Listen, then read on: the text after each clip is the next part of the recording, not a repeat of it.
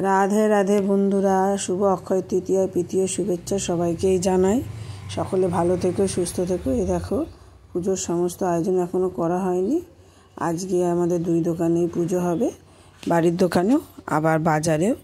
এটা বাজারে ওরাই আয়োজন করে নেয়। এই যে পুজোয় বসে গেছে, দেখো সাজিয়েছি, এখন পুজো হচ্ছে আর আমি ওই ধারে বসে আছি। এখন চলো, পুজোটা হচ্ছে, দেখো। পুরো পুজোটা তো তোমাদের সঙ্গে শেয়ার করতে পারবো না, কিছু কিছু মানে ছোট ছোট করে ক্লিপ নিয়ে সেগুলোকে তোমাদের সঙ্গে শেয়ার করছি। আজকে অর্ঘ্যদা আসতেও দেরি করেছে, মন্দিরে পুজো ছিল।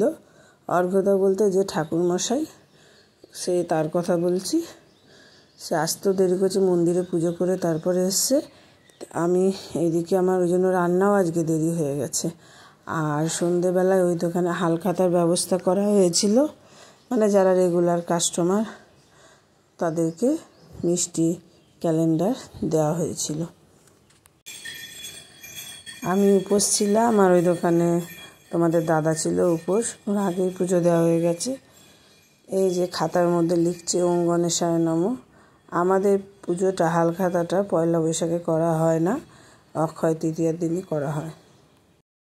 পুজোর এই যে গোছানো সব নিজে হাতেই করেছি। কেমন লাগছে বলবে। ওই যে আমার শাশুড়ি মা বসে পাট শাক বাজছে, দুপুরে পাট শাক রান্না করা হবে দেখে।